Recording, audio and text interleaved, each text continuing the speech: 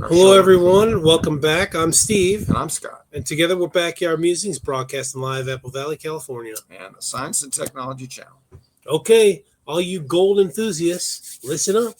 Earth's core is rich with gold, and it's leaking out through the mantle and into the crust, new research has found.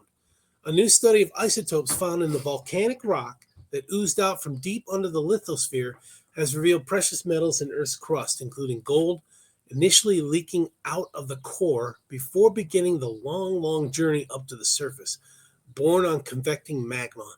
The research has been published in Nature. Would you like to know more? And my wife was showing me last night a live feed from Kilauea. It's spewing out. Huh? Yeah, lava. Kilauea in Hawaii. No gold, though. No, well, there might be gold in there.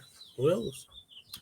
Quote, when the first results came in, we realized that we literally had struck gold, says geochemist Nils Messling of Göttingen University in Germany.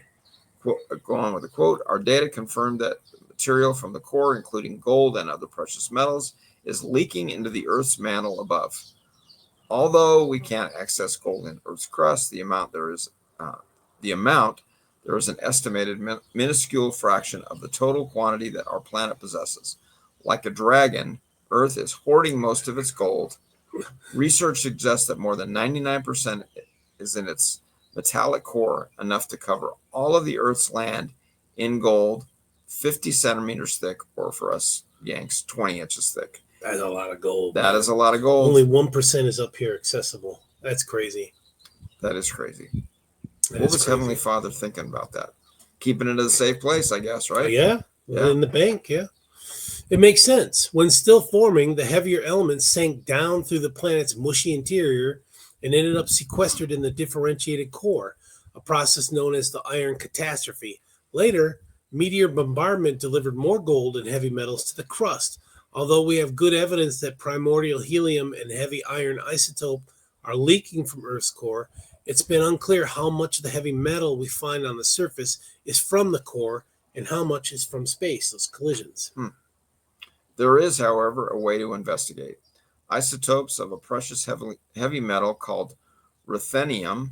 That's it? It's called ruthenium? Yeah, ruthenium, yeah. Interesting. Isotopes are variations of the same element that have different numbers of neutrons. The isotopes of ruthenium in Earth's core are slightly different from the surface ruthenium. That difference had been too small to really detect, but Messling and his colleagues developed new analysis techniques that allowed them to tease them out. So they used their new technologies, probably AI, to study ruthenium that was dug out of volcanic rock on the Hawaiian Islands, and discovered a significantly higher amount of ruthenium-100 than can be found in the ambient mantle. That's the isotope of ruthenium that originated in Earth's core. This discovery suggests that all the cytophyll elements, those that migrated to the core when the Earth was young and molten all the way through, are leaking out of the core. That includes ruthenium, of course, but also elements such as palladium, rhodium, platinum, and gold. Okay, I'm familiar with a couple of those, so pretty precious metals, right? Yeah. It won't be emerging at a particularly high rate, nor can we just dig down 2,900 kilometers or 18,000 miles to get it. Or I'm sorry, 1,800 miles. That would be something, though. 18,000. Yeah, journey to the center of the earth. To get it. Rather, the findings tell us something new about our own planet and perhaps other rocky planets, too. Quote, our findings not only show that Earth's core is not as isolated as previously assumed, says geochemist Matthias Wilbold of Göttingen University. Okay, so 1,800 miles. Yeah, that's the long distance. Even the longest trenches in the ocean are not even, it's 2 miles, 3 miles, not 1,800. It just brings up a thing we were talking about the other day off screen about the flat earthers. But that's okay. Well, the thickness of the flat earther could be 1,800, could be 200. So? It could be. But then that's not the core. Earth. That's not the core. Oh, it can't be a core. Flat earths can't have cores. Well, okay. The core is spherical. Okay. Like flat earth, it would just be like a pancake at the bottom, the bottom of the pancake, Okay. Right? I mean, I'm just Sure. I'm not trying to defend flat earthers. I'm just saying that's got to be what it's got to be. Okay. If it's flat. Okay.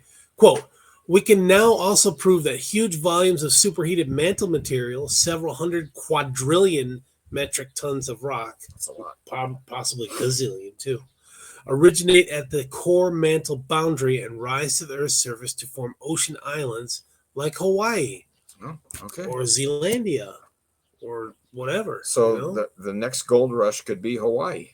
Could be, or Vesuvius or Fuji or whatever. New Zealand. Tonga, Huffa. That's a volcanic island, right? New Zealand. I think it's got volcanic. No, that's like the top of Zealandia. Remember, we did a segment on that. It kind of sunk. New Zealand is not a volcanic island. It might be volcanoes there, but I guess it's an island. New Zealand is an island. But remember, we did a segment where the continental shelf there is only like 150, 500 meters below the surface. I mean, it used to be a continent. Right. But it sank, like Atlantis. That's probably where Atlantis comes from. Yeah. All right, folks. Thanks for joining us. We'll catch you on the next one. Another fascinating one. Yep. Take care, everyone. Thanks.